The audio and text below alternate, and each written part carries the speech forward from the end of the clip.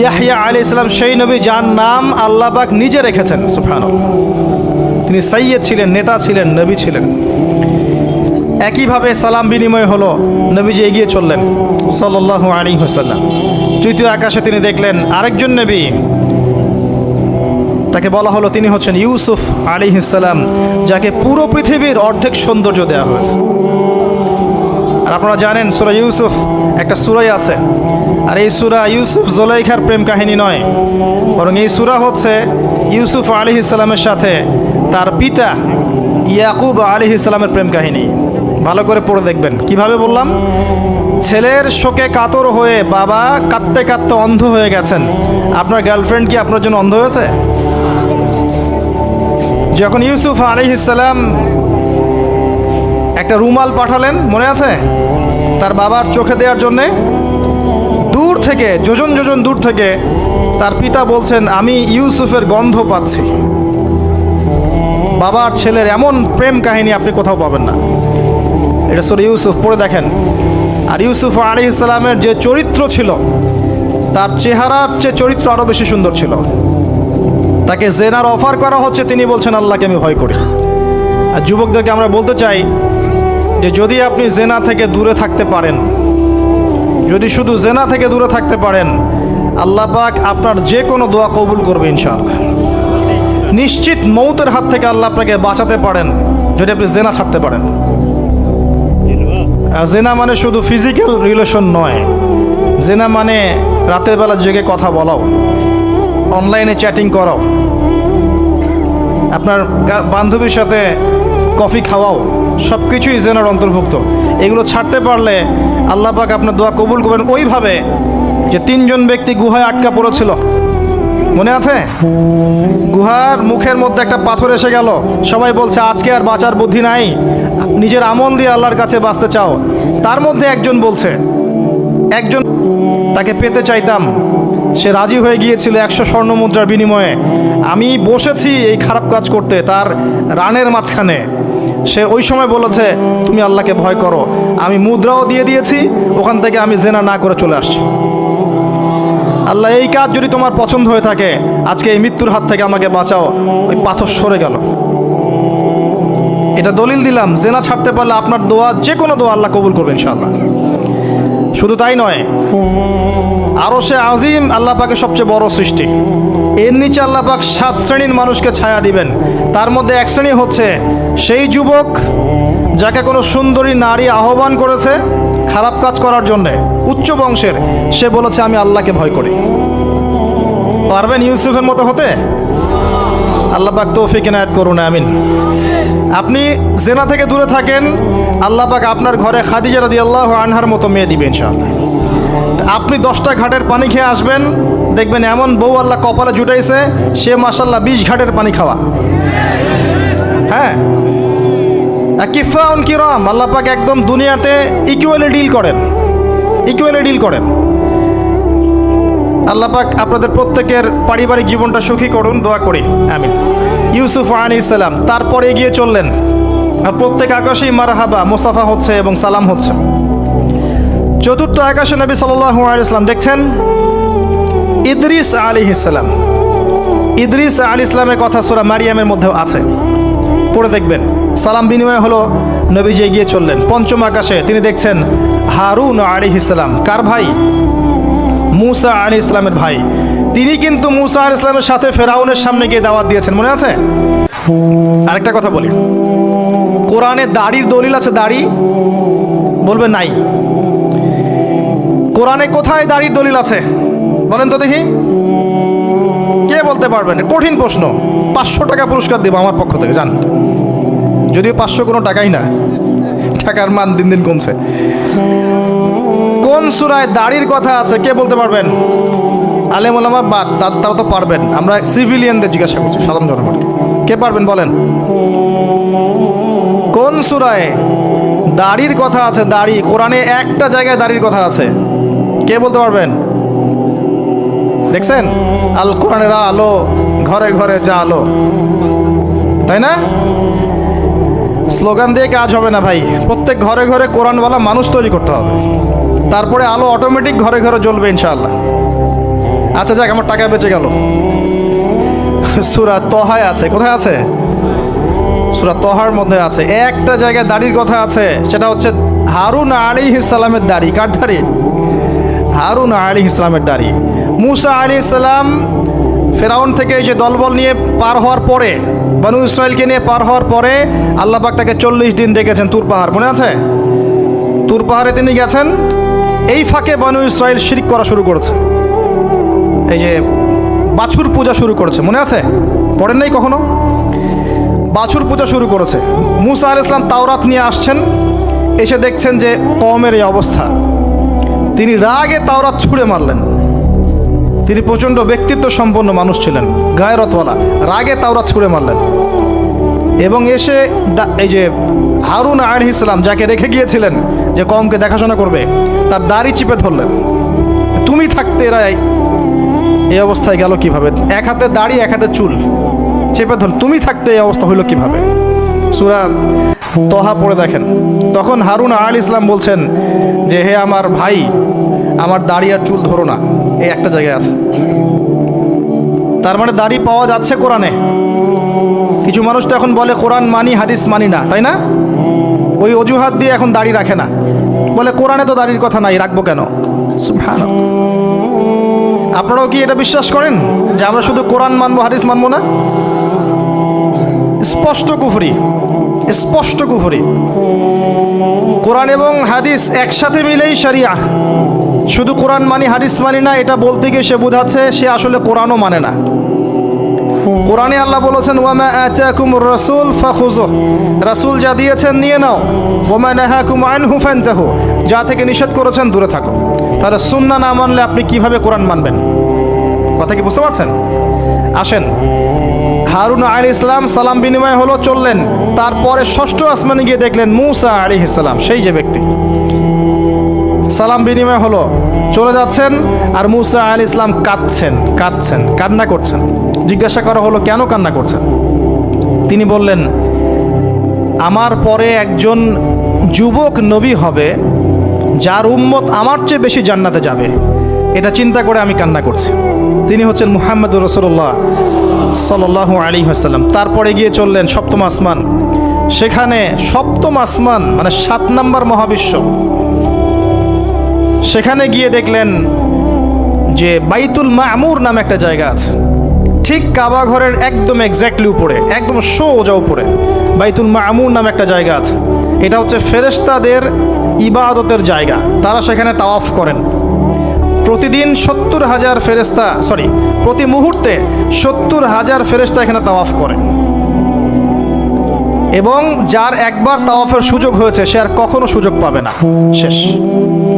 আল্লাহ পাকের ফেরেশতাদের সংখ্যা চিন্তা করেন তাহলে। এবার সেখানকার দেয়ালে হেলান দিয়ে আছেন ইব্রাহিম আলাইহিস সালাম, তার চেহারা একদম মুহাম্মদ সাল্লাল্লাহু আলাইহি সাল্লামের মতো।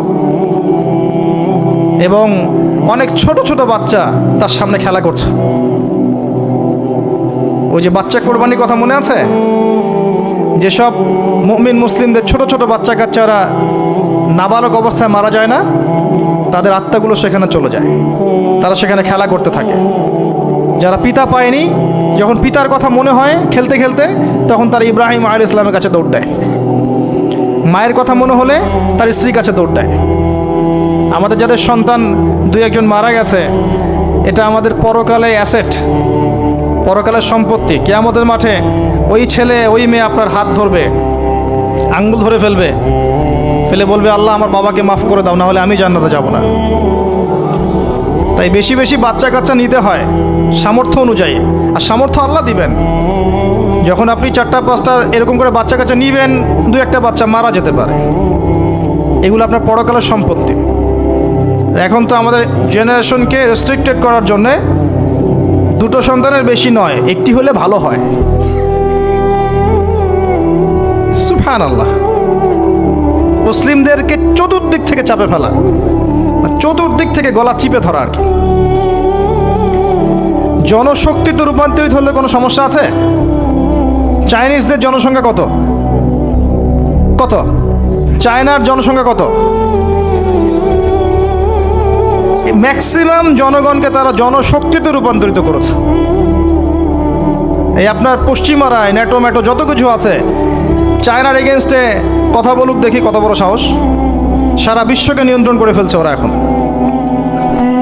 কই তারা তো আর তারা যখন দেখেছে যে আমাদের আর প্রয়োজন নাই, তখন তারা একটা লস দিয়েছে ওদের কান্ট্রিতে। এটা মুসলিমদের জন্য প্রযোজ্য নয়। যাই হোক, সন্তান সন্ততি ওখানে গিয়ে মারা গেলে আপনার অ্যাসেট। এরপরে আসেন যারা ইচ্ছা করে সন্তান হত্যা করছে, গর্ভের সন্তান যখন জানছে যে এটা মেয়ে তখন তাকে ফেলে দিচ্ছে।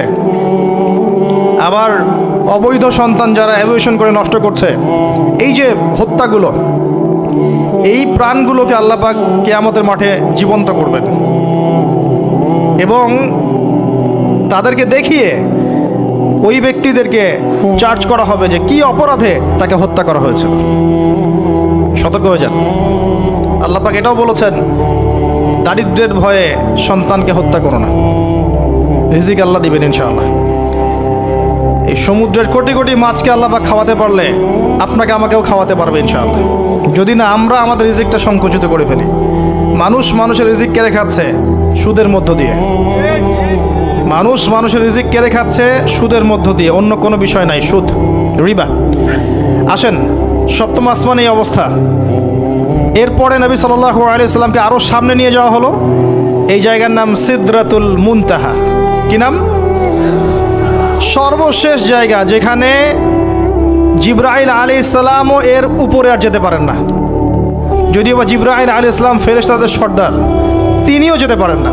তারপরে আরেকটা জগৎ আছে, ওই জগৎ থেকে আদেশ এই সিদরাতুল মুনতাহা পর্যন্ত আসে, এখান থেকে কালেক্ট করে নিচে নামানো হয়। আবার এখান থেকে কোনো আদেশ বা কোনো আদেশ না, এখান থেকে কোনো ফলাফল মুনতাহা পর্যন্ত নিয়ে যাওয়া হয়, সেখান থেকে উপরে তুলে নেওয়া হয়। ওটা একটা বর্ডার, কথা বুঝতে পারছেন? এটা একটা বর্ডার, নো ম্যানস ল্যান্ড। এই জায়গায় গিয়ে জিবরাইল আলাইহিস সালাম নিজের আকৃতিতে আসলেন। 600টা পাখা। কতগুলো পাখা? 600 পাখা। নবী সাল্লাল্লাহু আলাইহি সাল্লাম একটু বিব্রত বোধ করছিলেন, তিনি আবার আগের রূপে ফিরে আসলেন। এই জায়গায় বাহন চেঞ্জ করা হলো। এখানে নবী সাল্লাল্লাহু আলাইহি সাল্লাম বলেছেন, আমি সিদরাতুল মুনতাহায় এমন কিছু রং দেখেছি, এত অপরূপ সৌন্দর্য দেখেছি, যেটা কোনো মানুষের পক্ষে ভাষায় প্রকাশ করা সম্ভব না। এটা শেষ সীমানা এবং এটা একটা বড়াই গাছের মতো দেখতে। সরি, বড়ই গাছ, বড়াই গাছ না, আসলে বড়ই গাছের, কুল গাছের মতো দেখতে। এরপর আরেকটা বাহন আনা হলো, এটা বাহন চেঞ্জ করা হলো। এবার তিনি আরও ঊর্ধ্বে উঠে যাচ্ছেন, উঠছেন। একটা পর্যায়ে ওই জগতে যে ফেরেশতারা আছেন যারা আল্লাহ পাকের আদেশ লিখছেন, ওই আদেশগুলো লিখার যে কলমের খসখস শব্দ, এটা নবীজি শুনতে পারলেন। সুবহানাল্লাহ।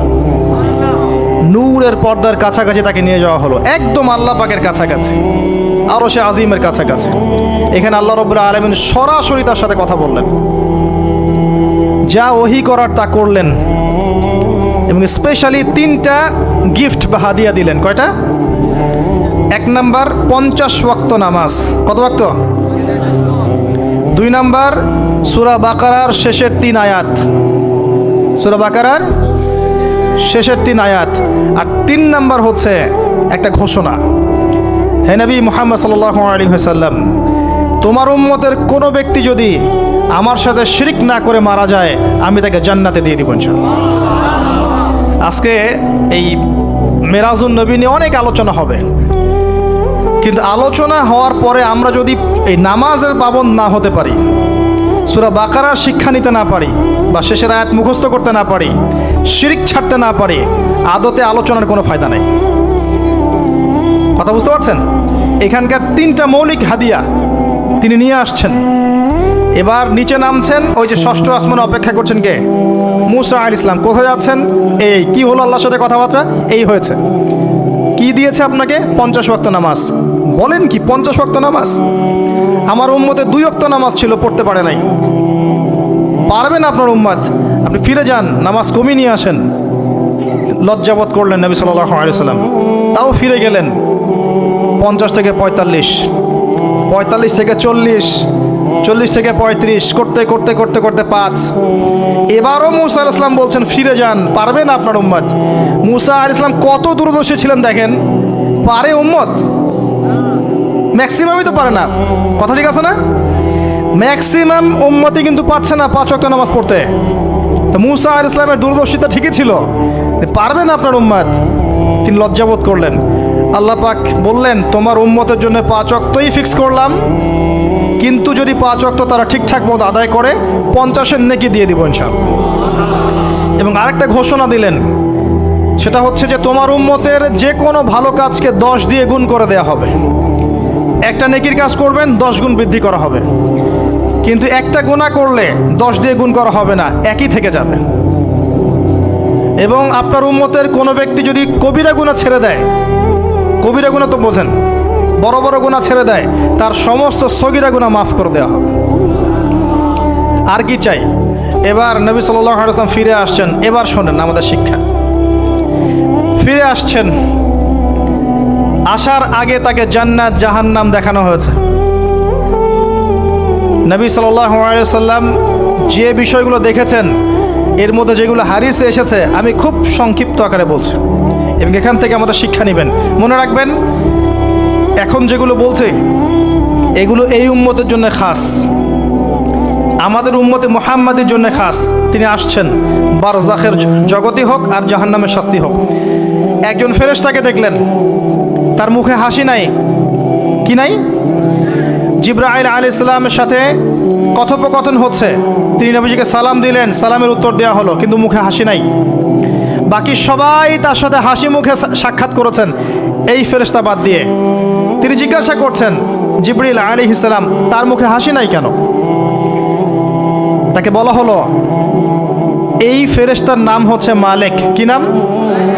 সূরা যুখরুফের মধ্যে আছে, তার নাম হচ্ছে মালিক। আল্লাহ পাক তাকে জাহান্নামের প্রহরী বানিয়েছেন, জাহান্নামের চিফ অফ কমান্ড মালিক। যখন থেকে আল্লাহ পাক তাকে এই দায়িত্ব দিয়েছেন, তার মুখের হাসি উঠে গেছে। আল্লাহর কাছে পারমিশন চাওয়া হচ্ছে, জাহান্নাম দেখতে চাই।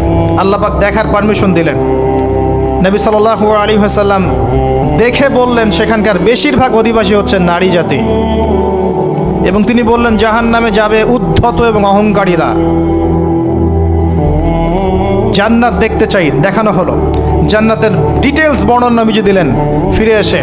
এমনকি উমর রাদিয়াল্লাহু আনহুর একটা রুম, একটা কক্ষ, একটা গোরফাও দেখে এসেছেন।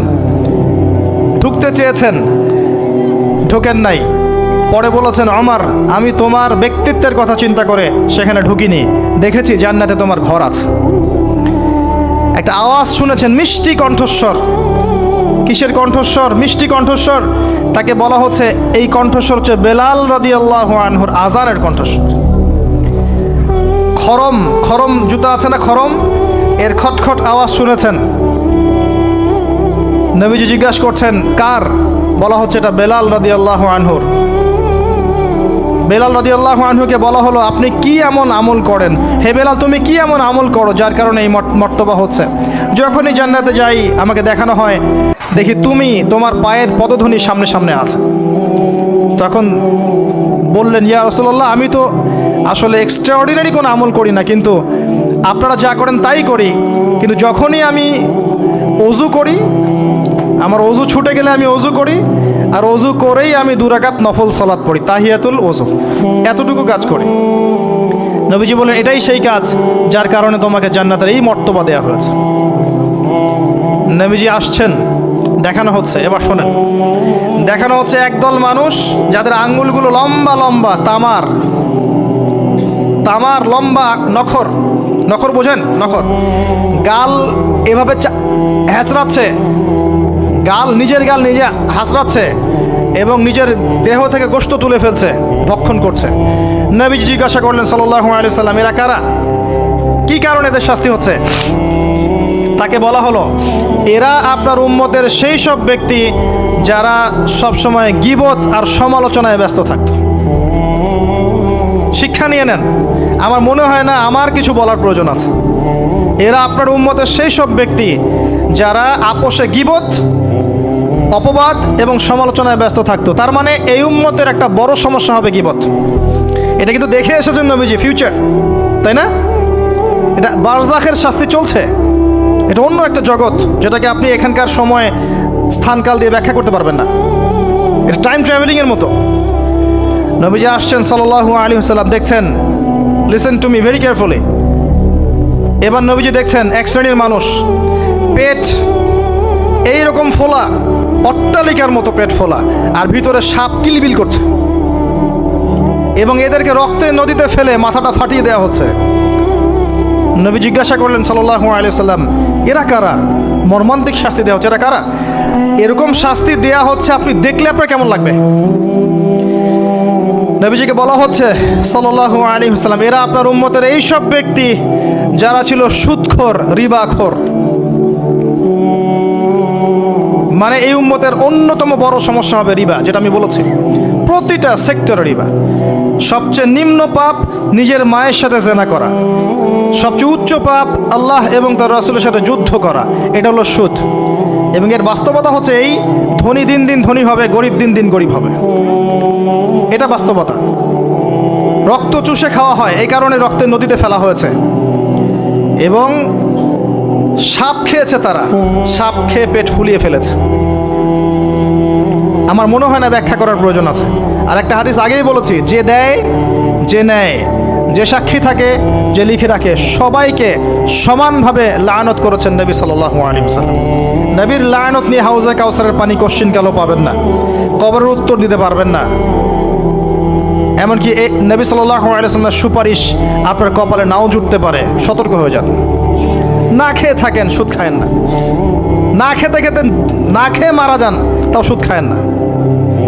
আর যদি আপনি আল্লাহর জন্য ছাড়তে পারেন, আল্লাহর জন্য ছেড়ে দেন, আল্লাহ পাক আপনাকে বেহিসাব রিজিক দেবে ইনশাআল্লাহ। যাররা পরিমাণ সন্দেহ করবেন না যে আল্লাহ কি দিবেন না দিবেন না, আল্লাহ পাক অবশ্যই দিবেন ইনশাআল্লাহ। ওয়ামাই ইয়াতাওয়াক্কাল আলাল্লাহ ফাহুয়া হাসবুহ, যে আল্লাহর উপর তাওয়াক্কুল করে আল্লাহ পাক একাই তার জন্য যথেষ্ট। আল্লাহ পাক যথেষ্ট। ইয়ারযুকু মাইয়াশা বিগাইরি হিসাব, আল্লাহ পাক বেহিসাব রিজিক দেন যাকে চান। মিন হাইসু লা ইয়াহতাসিব, এমন উৎস থেকে রিজিক দিবেন যে সে কল্পনাও করে নাই। ছেড়ে দেন। কিন্তু বিশ্বের শুরু থেকে নিচ পর্যন্ত রিবা দিয়ে ভর্তি। একটা ছোট্ট গ্রামে যাবেন, দেখবেন একাধিক সুদী এনজিও কাজ করছে। এখন মা বোনরাও খুব বেশি সুদ খায়, ব্যাংকের মধ্য দিয়ে, সমিতির মধ্য দিয়ে, এইটা ওইটা ছল চাতুরি ঘুরিয়ে ফিরে কতভাবে যে খাওয়া হয় আল্লাহ ভালো জানেন। আল্লাহ পাক আমাদেরকে এই মহামারী থেকে হেফাজত করুন। সবচেয়ে বড় মহামারী চলছে বিশ্বে, এই ইকোনমিক মহামারী, রিবা কেন্দ্রিক মহামারী, এটা মুসলিমের ইমান আমল সব ধ্বংস করে দিয়েছে। আসেন, তিনি আসছেন, দেখলেন এক শ্রেণীর মানুষ আগুন, বড় বড় আগুনের দলা, এগুলো মুখে ঢুকাচ্ছে, পিছনের রাস্তা দিয়ে বের হয়ে যাচ্ছে। নাউযুবিল্লাহ পড়ি আমরা। জিজ্ঞেস করা হচ্ছে কারা এরা, মর্মান্তিক শাস্তি হচ্ছে। নবী সাল্লাল্লাহু আলাইহি ওয়াসাল্লামকে বলা হলো, এরা আপনার উম্মতের সেই সব ব্যক্তি, listen to me very carefully, এরা আপনার উম্মতের সেই সব ব্যক্তি যারা ইয়েতিমদের মাল আত্মসাৎ করে খেত। আমার ব্যাখ্যা করার কোনো প্রয়োজন নাই, আপনারা সবাই শিক্ষিত মানুষ। ইতিমের মাল আত্মসাৎ করলে যদি এই শাস্তি হয়, জনগণের মাল আত্মসাৎ করলে কি হতে পারে চিন্তা করে দেখেন। কি হতে পারে? এটা মানুষের হক, আল্লাহর কাছে ক্ষমা পাওয়া যাবে না, মানুষকে দিতে হবে। আরও এগিয়ে আসলেন, তিনি দেখছেন, এবার বলতে গিয়ে আমার বুক কাঁপছে। দেখলেন এক শ্রেণীর মানুষ, জিহ্বাগুলোকে টানা হচ্ছে, আগুনের কেচি দিয়ে কেটে দেওয়া হচ্ছে। আবার জিহ্বা জোড়ো লাগছে, আবার কেটে দেওয়া হচ্ছে, চলতে আছে অনবরত, কন্টিনিউয়াসলি। আল্লাহর কাছে কায়মনো বাক্যে দোয়া করি, এ সময় দোয়া কবুল হয়। আল্লাহ পাক যেন দোয়া আমাদের কবুল করেন। আল্লাহ পাক যেন আমাকে এবং আপনাদেরকে এদের অন্তর্ভুক্ত না করেন। জিজ্ঞেস করা হলো এরা কারা? নবী সাল্লাল্লাহু আলাইহি ওয়াসাল্লামকে বলা হচ্ছে, এরা আপনার উম্মতের সেই সব ব্যক্তি যারা ছিল বক্তা, ওয়াইজ, যারা অনেক বক্তব্য করত, নিজে আমল করত না। আর এই মহামারী আমাদের মধ্যে ছড়িয়ে পড়েছে, কোনো সন্দেহ নাই। যদি না পড়তো তাহলে আমাদের কথায় মানুষের জীবন পরিবর্তিত হতো। খুব কম দেখা যায় যে আমাদের কথাগুলো আপনাদের কলবে তাসির হচ্ছে। তাসির তখন হবে যখন আমার মধ্যে আমলটা থাকবে। আর এখন তো আমরা ওয়াজ মাহফিলে প্যান্ডেলকে বানিয়েছি পলিটিক্যাল প্যান্ডেল, কোনো কোনো ক্ষেত্রে বানিয়েছি ভোট চাওয়ার প্যান্ডেল, কোনো ক্ষেত্রে বানিয়েছি যে জিকিরের নামে যাবতীয় বেদাতি কারবার হবে, গানের মতো ডিজে জিকির হয়, ডিজে জিকির।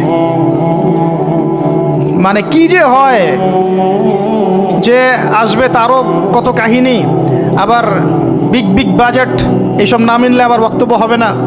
তারপর দেখা যাবে 1 ঘন্টা কথার মধ্যে গাল গল্প কেচ্চা কাহিনী 50 মিনিট, আর বাকি 10 মিনিট একে অপরের সমালোচনা, কি শেষ, ওয়াজ মাহফিল মাশাআল্লাহ শেষ। খুব কম ওয়াজ মাহফিল আছে জনগণকে বলবেন কি শিখলেন আজকে ওয়াজে, বলবে হ্যাঁ সুন্দর সুর করে কিছু কথা বলেছে, কি কি শিখেছে, আমার কি বললাম ঠিক বুঝতে পারলাম না। Out of content, out of topic, কোনো কনস্ট্রাকটিভ কথাবার্তা নাই। তো এছাড়াও জানা অনুযায়ী আমল না থাকলে এই অবস্থা হবে। আল্লাহ পাক আমাদেরকে হেফাজত করুন, আল্লাহ পাক আমাকে এবং আপনাদের সবাইকে হেফাজত করুন, আমিন। আরও এগিয়ে আসলেন, দেখা গেল এক শ্রেণীর মানুষ, যুবকরা খুব ভালো করে শোনেন এবং বিবাহিতরাও শোনেন, সামনে রাখা আছে ভালো গোশত, বাম দিকে রাখা আছে পচা গোশত, গন্ধ বের হচ্ছে। তারা এই পচা গোশত তুলে তুলে খাচ্ছে, গোগ্রাসে খাচ্ছে, ভালো গোশতের দিকে ভ্রুক্ষেপও করছে না। অবাক হয়ে নবী সাল্লাল্লাহু আলাইহি ওয়াসাল্লাম জিজ্ঞাসা করছেন, এরা কারা? তাকে বলা হচ্ছে, এরা আপনার উম্মতের সেই সব ব্যক্তি যাদের ঘরে পবিত্র স্বামী ছিল, বাইরে অন্য পরপুরুষের সাথে প্রেম করেছে, যাদের ঘরে পবিত্র স্ত্রী ছিল, বাইরে পরকিয়া করেছে।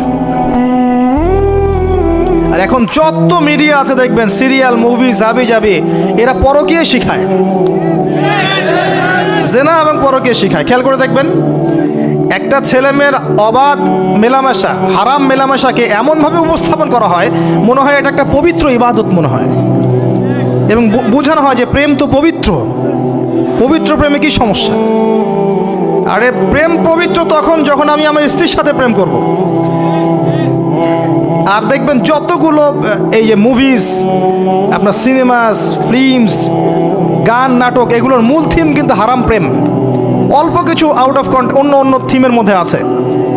দেশ নিয়ে কতগুলো মুভি হয়েছে, কতগুলো নাটক হয়, ইসলাম নিয়ে কতগুলো হয়, শ্রদ্ধা ভক্তি এগুলো নিয়ে কতগুলো হয় দেখবেন। আর এই যে অন্য কান্ট্রির যে সংস্কৃতিগুলো ঢুকেছে, এইগুলোর মূল থিম দেখবেন পরকিয়া করাচ্ছে, পরকিয়া শেখায়, বেহায়াপনা শেখায়, কীভাবে শাশুড়ির সাথে ঝগড়া করতে হবে, কীভাবে বউ রেখে আরেকটারে প্রেম করতে হবে, বউকে কেমন করে ব্লাফ দেওয়া যায়, এদিকে স্বামীরা ব্লাফ কেমন করে দেওয়া যায়, এগুলোই শেখায়। এবং অনেক ক্ষেত্রে দেখা যায় তাদের দেশের মানুষ এগুলোর প্রতিবাদ করছে, আর আমাদের মা বোনরা এগুলো দিব্যি দেখছে, ডেইলি রুটিন, যে 3-4 ঘন্টা এগুলো দেখতেই হবে।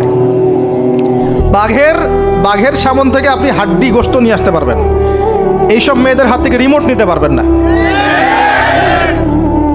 এরপরেও দেখবেন আপনি আবার নগ্ন ফিল্ম, পর্নোগ্রাফি আছে না, এগুলো আবার ফ্রি অ্যাক্সেস, আপনি চাইলে ইন্টারনেটে ঢুকবেন, দেখতে পারবেন।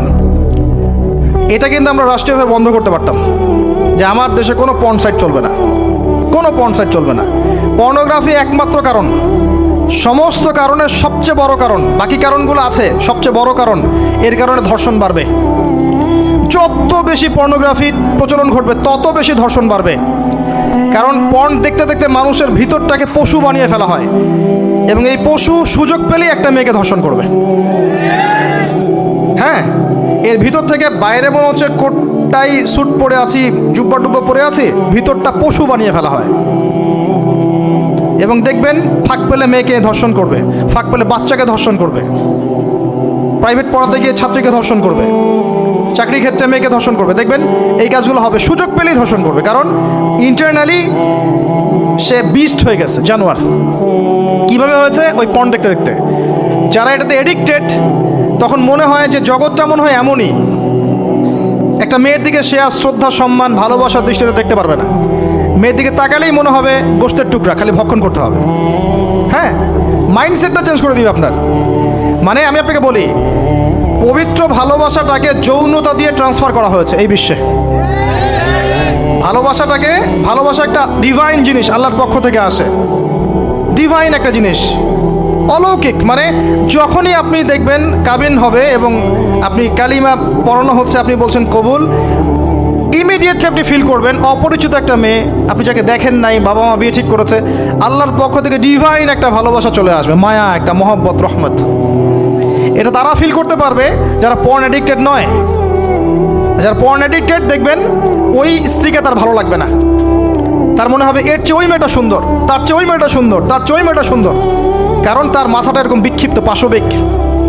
এবং ম্যারিড লাইফেও সে দেখবেন স্ত্রীকে স্যাটিসফাই করতে পারবে না, নিজের উপর জুলুম করতে করতে নিজের সব যৌন ক্ষমতাও নষ্ট করে ফেলবে। আর একাধিক বিয়ে তো অনেক দূরের কথা, একটাই তার কাছে অনেক ভারী মনে হবে। পরে এসব ট্রিটমেন্ট করে কোনো লাভ হবে না। আল্লাহর দেওয়া সম্পদ নষ্ট করলে ট্রিটমেন্ট দিয়ে আসলে কোনো কাজ হয় না। তো আমি যেটা বলতে চাচ্ছিলাম, এই পর্নোগ্রাফি দিয়েই ধর্ষণ বাড়ছে। এটাকে বন্ধ না করতে পারলে আপনি পারবেন না। এর উপরেও আছে আবার ফাঁকফোকর, আইনের ফাঁকফোকর। ধর্ষক সবার বিচার হবে, এটা মেনে নেওয়া দুষ্কর। এখন অনেকেই বেরিয়ে যায়, অনেকেই ফাঁকফোকর পেয়ে যায়। সব মিলিয়ে এতে করে সামাজিক কাঠামো নষ্ট হচ্ছে। এরপর ফ্রি মিক্সিং আছে, অবাধ মেলামেশা আছে, আমরা উস্কাচ্ছি এগুলোকে, কাছে আসার গল্প। আস্তে আস্তে দেখবেন কাঠামোটা আরও কলাপস করে যাবে দিন দিন। এর ফলে কি হবে আমি বলে দিই, শোনেন, আমার উপর রাগ করে না। দিন দিন কি হবে আমি এটাও বলে দিচ্ছি। যত ডে যাবে দেখবেন এর চেয়ে বেশি সমকামিতা বাড়বে। এগুলোর ফলাফল, এর খিজির আলাইহিস সালামের মতো চোখ দিয়ে দেখেন, এরগুলোর ফলাফল পরে আসবে এমন একটা সময় যে মেয়েদেরকে ধর্ষণ, এর সাথে সমকামিতা। কারণ মানুষ মেয়েদের উপর থেকে দেখবেন আগ্রহ কমে যাবে, এবং সমকামিতা যে বাড়বে, হাদিসে এসেছে যে এই উম্মতের উপর আমি ভয় করি এই উম্মতের মধ্যে সমকামিতা ছড়িয়ে পড়বে। আল্লাহর রসুল বলেছেন আরও বাড়বে চাইল্ড অ্যাবিউজিং, বাচ্চাদেরকে রেপ করা হবে বেশি বেশি বিকজ অফ এই পর্নোগ্রাফি। যতদিন যাবে দেখবেন যারা মেয়ে সন্তানের বাবা খুবই সতর্ক, সাবধান।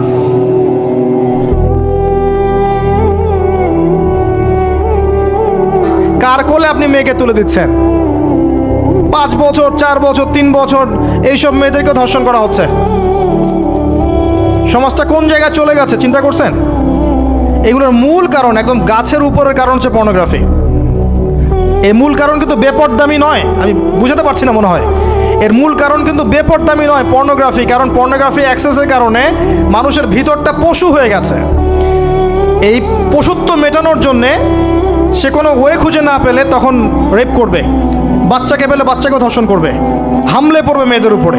ভিতর থেকে পশু বানিয়ে দেওয়া হয়েছে। এরপরেও আছে বিয়ের রাস্তা কঠিন করে ফেলা। বিয়ে তো করতে দিচ্ছেন না, কঠিন। বিয়ে করলে অনেক সমস্যা, জেনা করতে কোনো সমস্যা নাই। 1000 টাকা, 2000 টাকা, 5000 টাকা দিয়ে মানুষ জেনা করছে। এবং আপনাদের শহরের ব্যাপার আপনারাই ভালো জানেন, আমাকে বলার দরকার নাই। যখন এই জিনিসগুলো বাড়বে আপনাদের কমিউনিটির মধ্যে, আল্লাহর আযাব গজব বেশি আসবে। আল্লাহর আযাব গজব এমনভাবে আসবে আপনি কল্পনা করতে পারবেন না। গোশত খাচ্ছে, পচা গোশত। আরেকটা বলি, ঠিক এরপরেই নবী সাল্লাল্লাহু আলাইহি ওয়াসাল্লাম দেখলেন একটা চুলা দেখলেন। চুলার নিচের দিকটা হচ্ছে প্রশস্ত, মাথাটা সংকীর্ণ এরকম, মানে তন্দুর রুটি ভাজে দেখেছেন? রুটি যে ভিতরে দেয় একটা এরকম গোল চুলা থাকে, সামথিং লাইক দ্যাট। নিচে দাউ দাউ করে আগুন জ্বলছে, আর এখানে কিছু মানুষকে জ্বালানো হচ্ছে। যখন নিচ থেকে আগুন এরকম করে আসছে, তখন এরা আগুনের তাপে উতলে উঠছে। আগুন নিচে নেমে যাচ্ছে, এরা আবার আস্তে আস্তে নিচে নেমে যাচ্ছে। এভাবেই হাদিসে ব্যাখ্যা করা আছে। নবী সাল্লাল্লাহু আলাইহি ওয়াসাল্লাম জিজ্ঞাসা করলেন, এরা কারা? বলা হলো, এরা আপনার উম্মতের সেই সব ব্যক্তি যারা জেনায় লিপ্ত ছিল। তিনি আরও এগিয়ে গেলেন, জিনা সম্পর্কে কয়েকটা হাদিস এসেছে। তিনি এগিয়ে গেলেন, দেখলেন একটা জায়গা যেখান থেকে দুর্গন্ধ বের হচ্ছে, পাবলিক টয়লেটের চেয়ে প্রকট দুর্গন্ধ, মনে হচ্ছে যে পাবলিক টয়লেট। নবী জিজ্ঞাসা করলেন সাল্লাল্লাহু আলাইহি ওয়াসাল্লাম, কোন জায়গা থেকে এরকম দুর্গন্ধ আসছে? তিনি বলেন, এটা হচ্ছে জেনাকার, এবং জেনাকারীদেরকে আযাব দেওয়া হচ্ছে, ওদের রক্ত মাংসের পুজের গন্ধ এগুলা। দেখলেন এক শ্রেণীর মানুষকে একটা শরবত খাওয়ানো হচ্ছে। শরবত জাহান্নামীদের রক্ত মাংস পুজের নির্মিত। তার নাম হচ্ছে তিনাতে খাবাল। কি নাম? তিনাতে খাবাল। কাদেরকে খাওয়ানো হচ্ছে? যারা এই উম্মতের মাদক সেবন করতে, এদেরকে খাওয়ানো হচ্ছে। আমি আপনাকে একটু পিছনে নিয়ে যাই। আলোচনা শুরু করেছিলাম যেখান থেকে, ওই যে মৌলিক সমস্যাগুলো যেটা বলেছিলাম এই উম্মতের মধ্যে এখনো আছে, এটাই সেই পাপগুলোর শাস্তি যেটা কিয়ামত পর্যন্ত উম্মতের মধ্যে থাকবে। মাদক, পর্নোগ্রাফি, এই যে আপনার বিহায়াপনা, জেনা, সুদ, এগুলো এখনকার মৌলিক সমস্যা। এগুলোই হবে এই উম্মার বড় বড় সমস্যা, যার কারণে উম্মতের বেশিরভাগ মানুষকে ওখানে আযাব দেওয়া হচ্ছে। আল্লাহ পাক আমাদেরকে হেফাজত করুন। এরপর এভাবে তিনি আরও কিছু শাস্তি দেখেছেন, দেখে আসার পথে জাহান্নামের যে বর্ণনা দিয়েছেন যে বেশিরভাগ মানুষ সেখানে হচ্ছে জাহান্নামে নারী জাতি। কি কারণে তারা বেশিরভাগ জাহান্নামে যাবে? লানত করার কারণে, অভিশাপ দেওয়ার কারণে, স্বামীর অকৃতজ্ঞ হওয়ার কারণে। সারা জীবন স্বামী করে যাবে, একদিন ঝগড়া লাগলে বলবে সারা জীবন তোমার কাছে কোনো ভালো ব্যবহার পেলাম না। আরেকটা হচ্ছে এমন কিছু তাদের সাথে হবে, লিসেন টু মি, এমন কিছু তাদের সাথে হবে এই উম্মতের ক্ষেত্রে, যার কারণে মেয়েরা ওদের সতীত্ব, তাদের পর্দা, ঈমান, আমল ধরে রাখতে পারবে না। আপনাকে এখন খুঁজতে হবে সেটা কি, যে এই উম্মতের মেয়েদের ক্ষেত্রে স্পেশালি হয়েছে, যার ফলে মেয়েরা আর ঘরে থাকতে পারে নাই, পর্দায় থাকতে পারে নাই, সতীত্ব রক্ষা করতে পারে নাই, নামাজ কালাম ঈমান আকীদার আর ঠিক ঠিকানা নাই। কি সেটা, যেটা আজকে থেকে 100, 200, 500 বছর আগে হয়তো বা ছিল না? সেটার নাম হচ্ছে ফ্যামিনিস্ট রেভলিউশন। এই সম্পর্কে পড়েন ভালো করে। এই কারণেই মেয়েদেরকে আপনি ঘরে রাখতে পারবেন না। আপনাকে বলে রাখি, দাজ্জালের শেষ ফলোয়ার, দাজ্জালের লাস্ট ফলোয়ার হবে এক শ্রেণীর নারী, যাদেরকে আপনি ঘরে রাখতে পারবেন না। নবী যেটাও বলেছেন, এই উম্মতের বহু নারী জাহান্নামের ঘ্রাণও পাবে না, জান্নাতের ঘ্রাণও পাবে না। যদিও জান্নাতের ঘ্রাণ বহু দূর থেকে পাওয়া যায়। যারা এই উম্মতের মেয়েদের মধ্যে এমন কাপড় পরবে যেই কাপড় পরেও তারা নগ্ন থাকে, ব্যাখ্যা কোনো প্রয়োজন নাই, যারা পুরুষের পোশাক পরবে।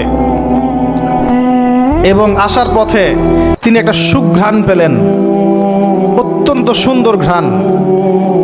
তিনি জিজ্ঞাসা করলেন এই ঘ্রাণ কোথা থেকে আসছে? নবী সাল্লাল্লাহু আলাইহি ওয়াসাল্লামকে বলা হলো এটা হচ্ছে সেই ঘ্রাণ, ফেরাউনের মেয়ের চুল আঁচড়ে দিত একজন দাসী, যাকে আপনারা অনেকে আসিয়া বলে থাকে। সেই দাসীর হাত থেকে একদিন চিরুনিটা পড়ে যায়, সে চিরুনিটা বিসমিল্লাহ বলে ওঠায়। ফেরাউনের মেয়ে শুনে ফেলে, বিসমিল্লাহ আবার কি? আমার বাবা ছাড়াও তোমার কোন ইলাহ আছে? সে বলে, হ্যাঁ আমার আল্লাহ একজন ইলাহ আছে, সে আমার ইলাহ, তোমার বাবারও ইলাহ। ফেরাউন এটা শুনে ফেলে। তেল গরম, কড়াই গরম করে তেল সেখানে ফোটানো হয়, এখানে তাকে নিক্ষেপ করে হত্যা করা হয়। আসিয়া মৃত্যুর আগে সে আল্লাহর কাছে দোয়া করেছিল, আল্লাহ আমার জন্যে তোমার জান্নাত, তোমার পাশে একটা জান্নাত, একটা ঘর নির্মাণ করো, আর ফেরাউনের এই আযাব থেকে আমাকে হেফাজত করো, বাঁচাও। আল্লাহ পাক ফেরাউনের দাসী আসিয়ার জন্য জান্নাতে ঘর নির্মাণ করেছেন। সেই ঘর থেকে ঘ্রাণ আসছে। নবী সাল্লাল্লাহু আলাইহি ওয়াসাল্লাম ফিরে আসলেন, এসে এই পুরো ঘটনা ব্যাখ্যা করলেন। কাফেরা কথা বিশ্বাস করলো না। এমনকি অনেকে তখন যারা বিশ্বাস করেছিল তারাও বলতে লাগলো, যেটা আবার কি ধরনের কথা, এক রাতের মধ্যে এগুলো হতে পারে? অনেকে ঈমান হারাও হয়ে গেল। আবু বকর সিদ্দিক রাদিয়াল্লাহু আনহু এই সময় সিদ্দিক উপাধি পেয়েছেন। এছাড়া মেরাজের রাতে আরও অনেক ঘটনা ঘটেছে, যেগুলো টাইম টু টাইম নবী সাল্লাল্লাহু আলাইহি ওয়াসাল্লাম বর্ণনা করেছেন, ব্যাখ্যা করেছেন পরবর্তীতে গিয়ে। এখানে আমাদের কিছু শিক্ষা আছে। আমরা শেষ করার আগে শিক্ষাগুলো নিয়ে কথা বলছি। 1 নাম্বার, আল্লাহ পাক 3টা হাদিয়া দিয়েছেন। প্রথম হাদিয়া সালাত সংক্রান্ত। আমরা আজকে এই মেরাজুন নবীর আলোচনায় সবাই পাক্কা নিয়াত করি 5 ওয়াক্ত নামাজ জীবনে বাদ দিব না ইনশাআল্লাহ। মেরাজুন নবীর আলোচনা সার্থক হবে যদি আমরা এর শিক্ষাগুলোকে বাস্তবায়ন করতে পারি। 1 নম্বরে সালাত। নবী সাল্লাল্লাহু আলাইহি ওয়াসাল্লাম ইন্তেকাল করার আগেই বলেছেন, আস-সালাত আস-সালাত ওয়া মা মালাকাত আইমানুকুম। 2 নম্বর সূরা বাকারার শেষের আয়াত, রাতের বেলা যে ব্যক্তি পড়ে ঘুমাবে, লিল্লাহি মা ফিস সামাওয়াতি ওয়া মা ফিল আরদ, এখান থেকে ফানসুরনা আলাল কওমিল কাফিরিন পর্যন্ত সারা রাত ইবাদতের নেকি পাবে ইনশাআল্লাহ। এর মধ্য দিয়ে একটা বিষয় বোঝানো হয়েছে, সেটা হলো এই 3 আয়াত পড়তে গেলে তো আপনাকে কোরআন পড়া জানতে হবে নাকি? অতএব কোরআন পড়া শেখেন, নিয়মিত কোরআন তেলাওয়াত করেন, আল্লাহ পাক তৌফিক দান করুন।